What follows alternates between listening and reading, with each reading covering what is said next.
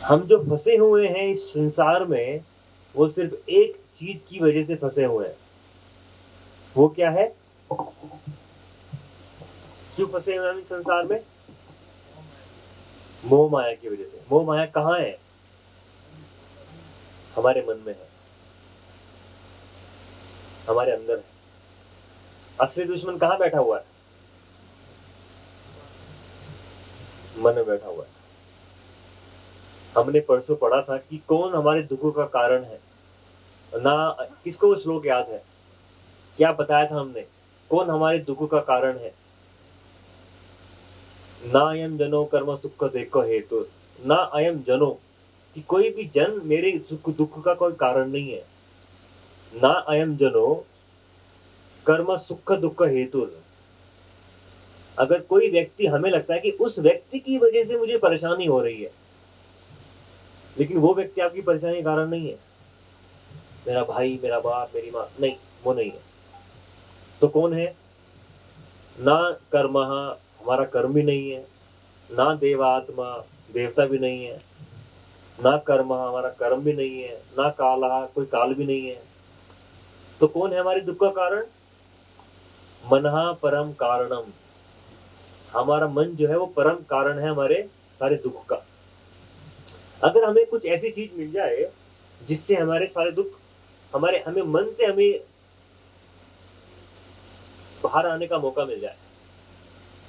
और भगवान श्री कृष्ण छठे अध्याय में भगवत गीता के मन के बारे में बताते हैं। भगवान कहते हैं, बंधुर आत्मा आत्मन तस्य येन आत्मा एव आत्मन जिता अनात्मन तु शत्रुत्वे वर्ते आत्मा इनवा शत्रुवत।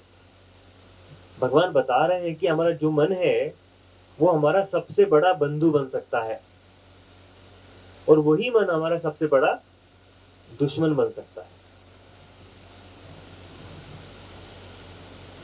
अगर हमने अपने मन को अपनी आत्मा की सारी शक्तियां दे दी और उसे करने दिया जो वो कर रहा है, तो वो हमारा सबसे बड़ा दुश्मन बन जाएगा।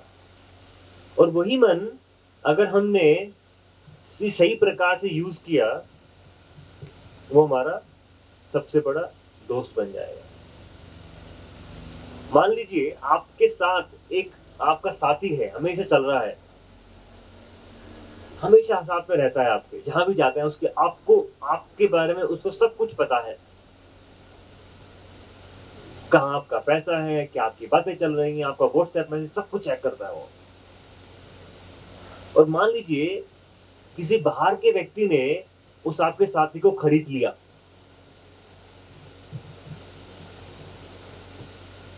तो आपके सबसे बड़े विनाश का कारण कौन बनेगा?